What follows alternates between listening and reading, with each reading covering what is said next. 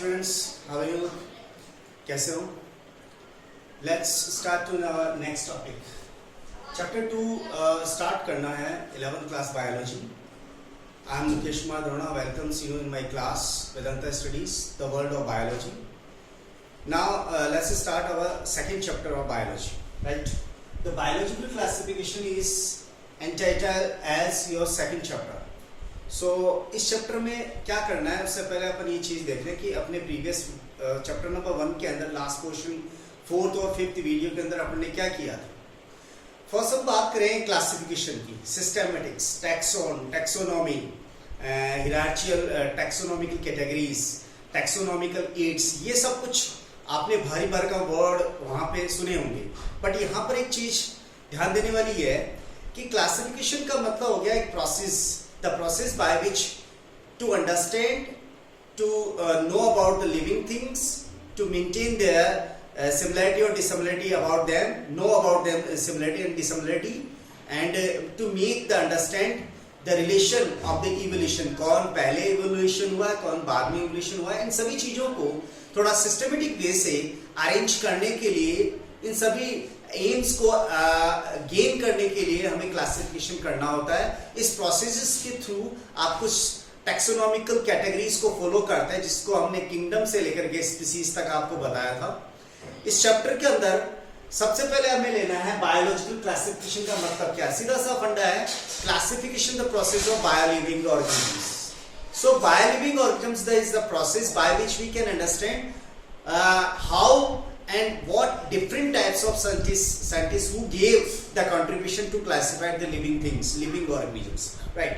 So different classification system were given by the different scientists. उनमें से मोटे-मोटे नाम आपके पास आएंगे, एरिस्टोटल, उसके बाद Linnaeus, Copeland, Adolf Meyer, Woese, Whittaker, सब अलग अलग तरह के क्लासिफिकेशन पैटर्न्स दिए गए। सबसे पहले हम बात करें फर्स्ट क्लासिफिकेशन पैटर्न, इसको टू किंगडम क्लासिफिकेशन पैटर्न्स कहा जाता है, बिकॉज इसमें जो लिविंग ऑर्गेनिजम्स का जो क्लासिफिकेशन किया गया वो उनके शेप और साइज के अकॉर्डिंग किया गया। शेप और साइज की बात ये करें तो एक बेसिस हो गया जिसके बिहाफ पर हम लिविंग थिंग्स को, लिविंग ऑर्गेनिजम्स को क्लासिफाइड कर रहे हैं। वो पर्टिकुलर जो बेसिस है वो सुपरफिशियल हो गया। सुपरफिशियल का मतलब ऊपर ऊपर से, बेसिकली उसका शेप कैसा है, साइज कैसा है, वो लिविंग थिंग्स कहाँ है, कौन से हैबिटेट में है, पानी में है, डेजर्ट में है या स्टोन में है, ये सब कुछ सुपरफिशियल बेसिस होते हैं। उस सुपरफिशियल बेसिस के बिहाफ पर सबसे पहले जो अर्लियर क्लासिफिकेशन, सबसे पुराना क्लासिफिकेशन दिया गया, it's given by the scientist Aristotle. Aristotle who divide the living things into two different categories called two kingdoms, right? Plants जो ऑटोट्रॉप्स थे, जो फोटोसिंथेसिस करते थे, एनिमल्स जो फोटोसिंथेसिस नहीं कर सकते उन्हें हेटेरोट्रॉप्स कहा गया। सो प्लांट्स ऑटोट्रॉप्स और एनिमल्स को हेटेरोट्रॉप्स कहा गया। प्लांट्स के अंदर उनकी साइज के अकॉर्डिंग उनको आगे क्लासिफाइड किया गया। ट्रीज जिनकी साइज बहुत लंबी थी, श्रब्स जो मीडियम साइज में थे, हर्ब्स जिनकी साइज बहुत छोटी थी। एनिमल्स को दो कैटेगरी में डिवाइड किया गया, विथ रेड ब्लड, वैसे एनिमल जो जिनकी बॉडी के अंदर रेड ब्लड होता है उनकी एक अलग कैटेगरी डिवाइड की गई, और विदाउट द रेड ब्लड जिनके अंदर रेड ब्लड नहीं था उनके अकॉर्डिंग किया गया, राइट। इस क्लासिफिकेशन का जो बेसिस था वो था morphological characters, shape, size, habitat, particular length of the body, इस तरह के जो सुपरफिशियल क्लासिफिकेशन बेसिस यहाँ पर लिए गए। इसी क्लासिफिकेशन के अंदर टू किंगडम क्लासिफिकेशन में सेकंड एफर्ट्स जिनको और ज्यादा क्रेडिट दिया गया, बेसिकली उसको अच्छा कंपेयर किया गया। यदि एरिस्टोटल क्लासिफिकेशन को और लीनियस की क्लासिफिकेशन को क्लासिफाइड किया गया तो कंपेयर किया गया। क्या कंपेयर किया गया, देखिए लीनियस ने यही दो कैटेगरी वहां डिवाइड करी, प्लांट्स उसने बोला, एनिमल्स उसने बोला, plants 2000 autotrophs, animals 2000 heterotrophs, and further divided according their size, tree, shrubs and herbs, and animals also divides with their bloods. Bloods, if they have a red, if they possess red blood cells, red blood, they are categorized in a separate, and if without they are red blood, तो उनको एक अलग तरह से रखा गया। But Linnaeus का जो क्लासिफिकेशन था वो इससे थोड़ा सा लिटरली मॉडर्न था। कैसे मॉडर्न था? Basically morphological characters along with some other characters are also include in this classification. Linnaeus ने जो क्लासिफिकेशन किया उसमें बेसिस मॉर्फोलॉजिकल कैरेक्टर्स थे, बट उनके साथ साथ अदर कैरेक्टर्स भी इंक्लूड किए गए. बेसिकली इन सभी क्लासिफिकेशन पैटर्न्स के अंदर देखा जाए तो उसे टू किंगडम क्लासिफिकेशन में वो एरिस्टोटल का हो या लिनियस को, बट लिनियस को ज्यादा क्रेडिट जाता है क्योंकि लिनियस ने थोड़ा और बेसिस एडवांस करके सुपरफिशियल से थोड़ा आगे बढ़ करके इस क्लासिफिकेशन को डिफाइन किया था. बट इतना होने के बावजूद भी जो बेसिकली तो किंगडम क्लासिफिकेशन का जो कंट्रीब्यूशन दिया गया वो लिनियस को दिया गया. We take Aristotle scientists who are not given any kind of credits. The credits when go to the Linnaeus. Linnaeus के through Linnaeus को ये दिया गया. But कुछ demerits थे जो समझा नहीं पाए classification. First, Euglena, the place of Euglena certain couldn't explain. Actually, Euglena को कहाँ रखा जाए? Euglena should be placed in a which place? Because as we know, Euglena consists chloroplast. By consisting the chloroplast, they conduct photosynthesis. As they conduct photosynthesis, they behave like plants. इसका मतलब वो autotrophs हुए, right? But as they does not consist cell wall, उनकी body में कोई भी cell wall नहीं है, इस कैटेगरी के वाइज उसको प्लांट्स में नहीं रखा जाना चाहिए. सो एक तरह से डाउट्स हो गया बेसिकली यूग्लिना को प्लांट्स की तरह माना जाए या एनिमल्स की तरह माना जाए. That was the thing because of that Euglena certain not given a place in this two kingdom system. Second thing was position of the fungi. Position of fungi, what position?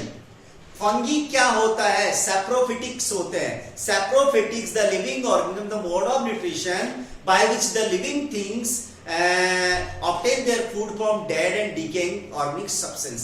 सड़े हुए गले हुए organic substance से अपना food gain कहते हैं. इस तरह के मोड ऑफ न्यूट्रिशन को हम कहते हैं सैप्रोफिटिक.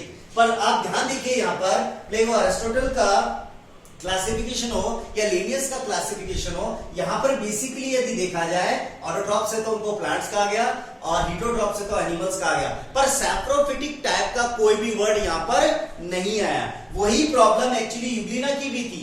यूग्लिना के अकॉर्डिंग यदि वो क्लोरोप्लास्ट है तो उन्हें ऑटोट्रॉप्स कहा गया, और यदि उसके अंदर सेल वॉल नहीं थी उसके कैटेगरी के अंदर उन्हें हीटोट्रॉप्स कहा गया. तो एक तरह से कंफ्यूजन वाली कंडीशन हो गई. इसी के रहते टू किंगडम सिस्टम के अंदर न यूग्लिना को एक सर्टेन फिक्स प्लेस प्रोवाइड किया गया और नहीं position of the fungi was not certain fix in this two kingdom system.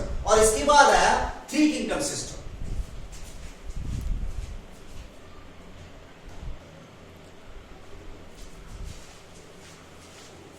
Let's do the next system, three kingdom system. It's given by Ernest Haeckel.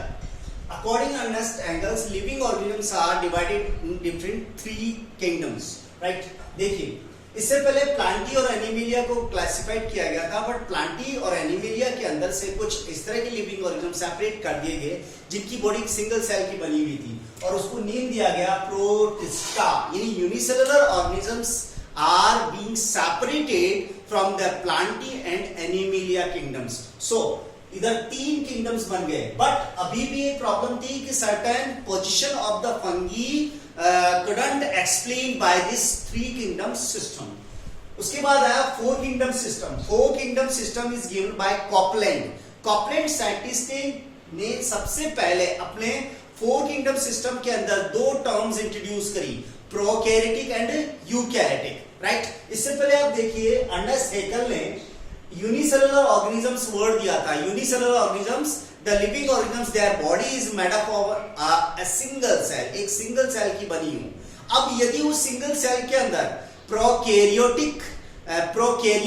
यानी कि definite nucleus ना हो तो उसे प्रोकैरियोटिक लिविंग ऑर्गेनिजम्स कहा गया, और जिसके अंदर डेफिनिट लिविंग और डेफिनिट न्यूक्लियस हो तो उसे यूकैरियोटिक कहा गया. यही था theme of the four kingdom system that explained bye Copeland. Right? So Monera, protista, Plantae and animalia. As usual, according to the earlier classification, the plantae and animalia are the same thing, but the monera and protista were first divided. The Monera prokaryotic living things जिनमें इस तरह के living organism जिनकी cell में definite nucleus नहीं होता है। Second protista unicellular eukaryotic, unicellular karyotic का मींस जिनकी बॉडी एक सेल की बनी होती है और जिनमें डेफिनेट न्यूक्लियस होता है। ये एक फर्स्ट क्लासिफिकेशन था जो कॉकलैंड ने दिया था, थोड़ा सा एडवांस था as compare to two kingdom system, three kingdom system, four kingdom system was more modern than the others, right? So prokaryotic and eukaryotic term first explained by Copeland in their classification four kingdom system. इसलिए four kingdom system as compared to different two three kingdoms system was so modern था, right? अब देखते हैं अपन fifth यानी कि five kingdom system.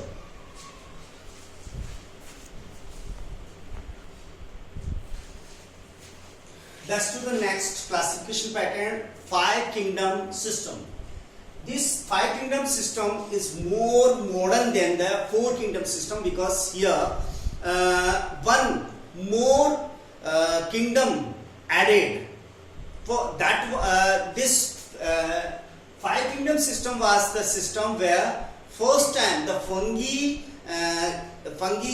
given a very specific place, एक specific place fungi को दिया गया, राइट? तो फर्स्ट टाइम फंगी को यहां पर मेंशन किया गया। According this is the scientist Whittaker. ये आज का मोस्ट कॉमन अभी now in days present day पर सबसे मोस्ट कॉमन क्लासिफिकेशन सिस्टम्स है जिनके अंदर 6 किंगडम्स हैं, right? According their structures like nucleus, cell, nutrition, cell wall, reproduction, body complexity. These are the basis because of the 6 kingdoms system is given by the Whittaker scientists, right? First, second, third, fourth and fifth. These are the 5 different classifications kingdoms, right? Monera में unicellular prokaryotic जो एक cell के बने हो जिनमें definite nucleus ना हो जिनकी सेल्स में। Protista unicellular eukaryotic means unicell यानी एक सेल का बनाओ बट उनके अंदर डेफिनेट न्यूक्लियस होता है। फंगी जिनमें मोड ऑफ न्यूट्रिशन सैप्रोफिटिक होता है means they obtain their food from dead and decaying organic substance. Plantae autotrophs because they can perform photosynthesis क्योंकि उनके क्लोरोफिल होता है इसलिए वो फोटोसिंथेसिस कर सकते हैं। And Animalia heterotrophic because they can't perform photosynthesis, that's why they consume their foods from others like animals से या फिर plants से। इस तरह से different 6 classification method किया गया। मेरे हिसाब से 5 kingdom system अभी तक का सबसे modern है और सबसे established है। established मतलब अब तक fix है, इसमें कोई errors वगैरह अभी तक नहीं आई है। next second video के अंदर इसके हम further basis, steps और क्राइटेरियाज विटेकर ने कौन कौन सी लिए जिनके बिहार पर ये 5 किंगडम्स आपको समझाएंगे। So 6 kingdom theory, 6 kingdom system is given by Woos. That was the first time where Monera were divided into 2 sub-categories. 5 kingdom theory के according Monera अपने आप में एक kingdom था बट वूज ने बैक्टीरिया को 2 अलग अलग पार्ट्स में डिवाइड किया, 2 सब कैटेगरीज में डिवाइड किया। First archaebacteria and second is eubacteria. First archaebacteria such like bacteria they can't perform any kind of survival condition in suitable condition, वो एडवर्स कंडीशन में होता है। High salinity water in a depth region in highly anaerobic conditions, dry conditions like hot water, इस तरह की adverse condition में जो जिंदा रह सकने वाले बैक्टीरिया हैं उनको आर्किबैक्टीरिया में प्लेस किया गया। और जो नॉर्मल कंडीशन में जो आज एट प्रेजेंट डे पर आपके बैक्टीरिया चारों तरफ देख रहे हो वो यदि हैं तो उनको एक नए तरह से यू बैक्टीरिया रखा गया। इस तरह बूस के अकॉर्डिंग ये 6 कैटेगरीज हो गई। इस 6 कैटेगरी में प्रोटिस्टा एज यूजुअल था, फंगी एज यूजुअल, प्लांटी भी उसी तरह से, एनिमेलिया। बट मोनेरा को 2 पार्ट्स में डिवाइड किया गया, archaebacteria and eubacteria. Archaebacteria old type bacteria, ancient bacteria, primary bacteria and eubacteria modern bacteria. जो नॉर्मल लिविंग कंडीशंस में अपने आप को सरवाइव कर सकते हैं। अब कुछ अनटच पॉइंट है उनको हम यहां पर पढ़।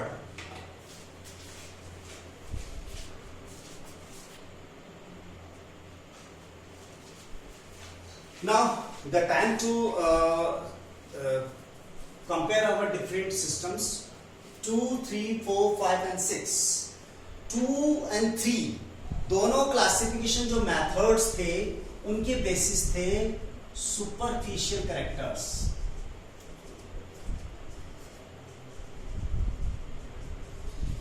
Like size, shape, length, habitat, particular type, numbers, इनके अकॉर्डिंग ये बेसिस थे जिनके अकॉर्डिंग है लिविंग थिंग्स को डिवाइड किया गया। इसलिए 2 and 3 किंगडम्स को एक्चुअली ये नेचुरल न बोल करके आर्टिफिशियल क्लासिफिकेशन कहते हैं,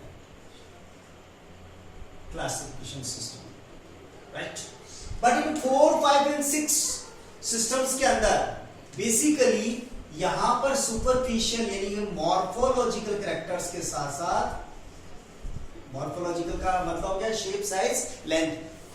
उस 2 और 3 किंगडम्स के अंदर morphological characters and other characters, some other characters are includes to divides the living things. That's why the 2 kingdom system and 3 kingdom systems commonly known as artificial classification system. But in a 4, 5 and 6 kingdom systems, morphological characters along with some anatomical means internal structures, xylem, phloem, body के internal structures, sexual parts, reproductions, like all characters are also included along with morphological characters, means morphological characters और anatomical characters दोनों को combine करके basically इनके अंदर part किया गया। इसलिए morphological और anatomical दोनों टाइप के कैरेक्टर्स को इंक्लूड करने की वजह से 4, 5 and 6 किंगडम्स को नाम दिया गया यहां पर natural classification, natural classification system. तो ऑल ओवर थिंग्स को यदि देखा जाए तो क्या देखें अपन, 2 and 3 किंगडम सिस्टम के अंदर आर्टिफिशियल सिस्टम कहते हैं इसको। क्यों कहते हैं आर्टिफिशियल सिस्टम? क्योंकि आर्टिफिशियल सिस्टम यदि ऊपर से यानी सुपरफिशियली कैरेक्टर्स देख करके हम बताएं, जहां एग्जांपल क्या ले सकते हैं अपन, सपोज करो कि प्लांट्स, एनिमल्स, पर्टिकुलर एनिमल्स जो पानी में रहते हैं उनको फिश मानते हैं अपन। रीजन क्योंकि उनमें गिल्स होते हैं, इस हिसाब से तो फ्रॉग भी फिश हुआ। तो सुपरफिशियल यदि हम मॉर्फोलॉजिकल कैरेक्टर्स के बिहाफ पर यदि आप क्लासिफाइड करेंगे तो फिश और फ्रॉग दोनों को एक ही ग्रुप में रख देंगे। तो ये क्राइटेरिया क्या सही है? नहीं है। तो सुपरफिशियल और मॉर्फोलॉजिकल कैरेक्टर्स ये दो ऐसे कैरेक्टर्स थे जिनको आर्टिफिशियल क्लासिफिकेशन कैरेक्टर्स कहा जाता है। तो 2 किंगडम सिस्टम और 3 किंगडम सिस्टम्स, इन दोनों ही सिस्टम्स के अंदर आर्टिफिशियल क्लासिफिकेशन सिस्टम बोला जाता है। जबकि 4, 5 and 6 किंगडम सिस्टम्स के अंदर मॉर्फोलॉजिकल कैरेक्टर यानी सुपरफिशियल कैरेक्टर्स के साथ साथ इंटरनल स्ट्रक्चर्स को भी इंक्लूड किया गया। सेक्सुअल पार्ट्स, मॉर्फोलॉजिकल कैरेक्टर्स के साथ साथ में जाइलम, फ्लोएम, एनाटॉमिकली रूट में कैसा सिस्टम है, स्टेम में कैसा सिस्टम है, फ्लावर में कौन से सेक्स पार्ट हैं, पर्टिकुलर कौन सा सेक्स पार्ट है, वो कौन सी सेक्सुअल कंट्रीब्यूशन पे करता है, ये सभी स्ट्रक्चर्स बेसिकली फ्रूट में क्या है, सीड में क्या है, ये सभी एनाटॉमिकल कैरेक्टर्स में आते हैं। बेसिकली इस तरह के क्राइटेरिया को लेने की वजह से 4, 5 and 6 क्लासिफिकेशन पैटर्न्स को नेचुरल क्लासिफिकेशन कहा जाता है। तो ये हो गया artificial 2, 3 kingdom system artificial classification system and 2, 4, 5, 6 को नेचुरल क्लासिफिकेशन सिस्टम कहते हैं। नेक्स्ट वीडियो के अंदर अपन व्हिटेकर के क्राइटेरियाज पढ़ेंगे। व्हिटेकर के क्लासिफिकेशन सिस्टम यानी 5 किंगडम सिस्टम को हम थोड़ा डिटेल करेंगे। व्हिटेकर ने कौन कौन से क्राइटेरियाज लिए, कौन कौन से सब्जेक्ट लिए जिनके बिहाफ पर लिविंग ऑर्गेनिजम्स को 5 किंगडम यानी मोनेरा, प्रोटिस्टा, फंगी, प्लांटियर और एनिमेलिया के अंदर डिवाइड किया गया। Till that keep your revision regularly. Thank you.